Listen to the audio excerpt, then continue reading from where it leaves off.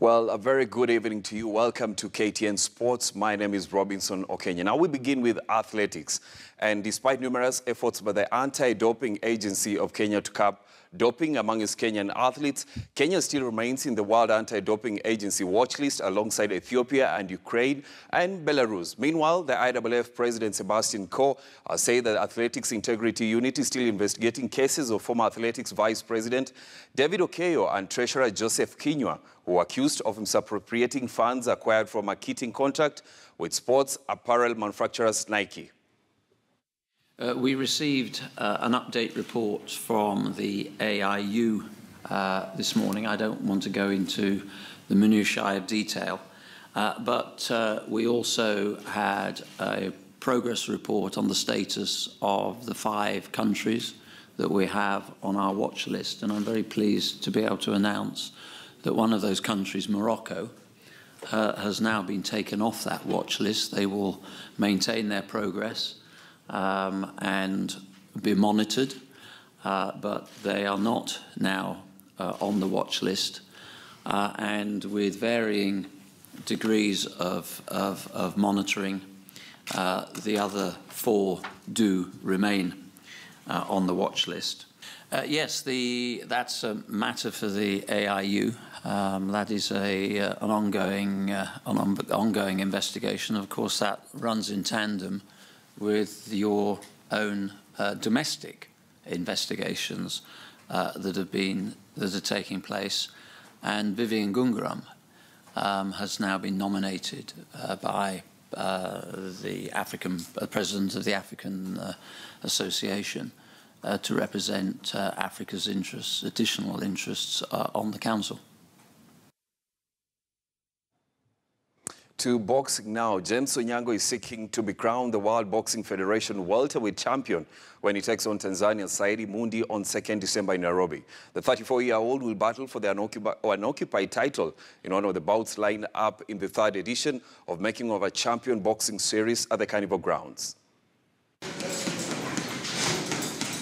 At the Kariobangi North Social Hall, Commonwealth Africa welterweight champion James Onyango is preparing himself for a daunting task ahead.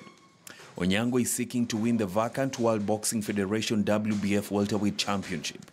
The 34-year-old is promising Kenyans an early gift for Christmas when he battles Tanzania's Saidi Mundi. Mazoezi yamekuwa ni mazuri kabisa.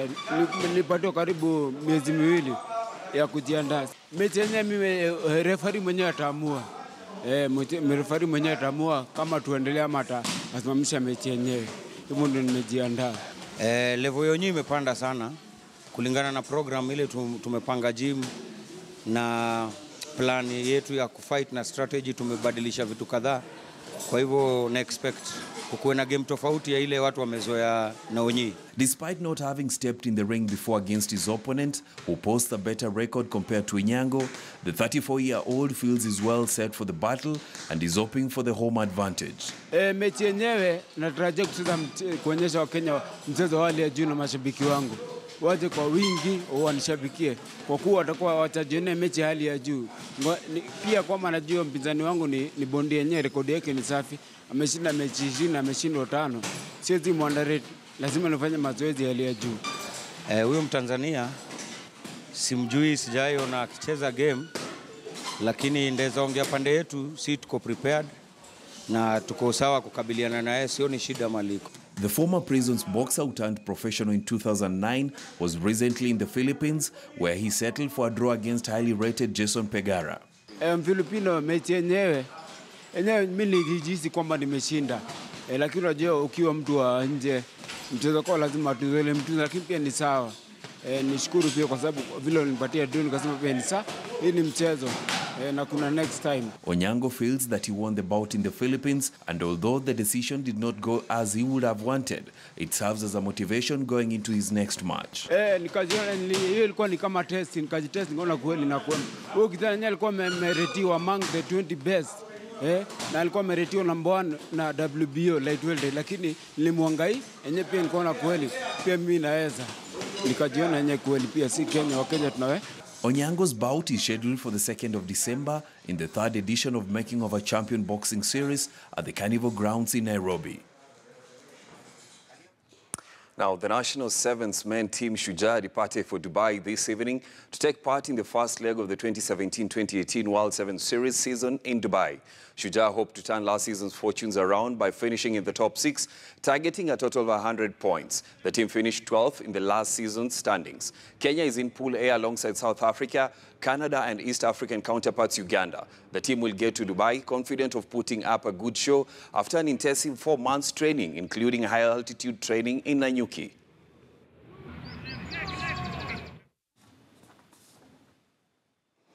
Now, still on rugby, New Zealand fly half Beauden Barrett joined an elite trio of All Black greats when he was named World Rugby Player of the Year for a second successive year. Portia Woodman won the Women's Player of the Year trophy, while her Black Ferns colleagues were hailed as the Team of the Year. I said it earlier, I'm a little bit surprised, and very grateful just to be in the mix with the players that were nominated, and all of those players had a great season. So yeah, I'm a little bit surprised, but to win it back to back, I'm hugely grateful just to be, part of an awesome All Blacks team, because, I'm only a small part of that team, and here I am getting the credit for it. It's been a challenging year for us.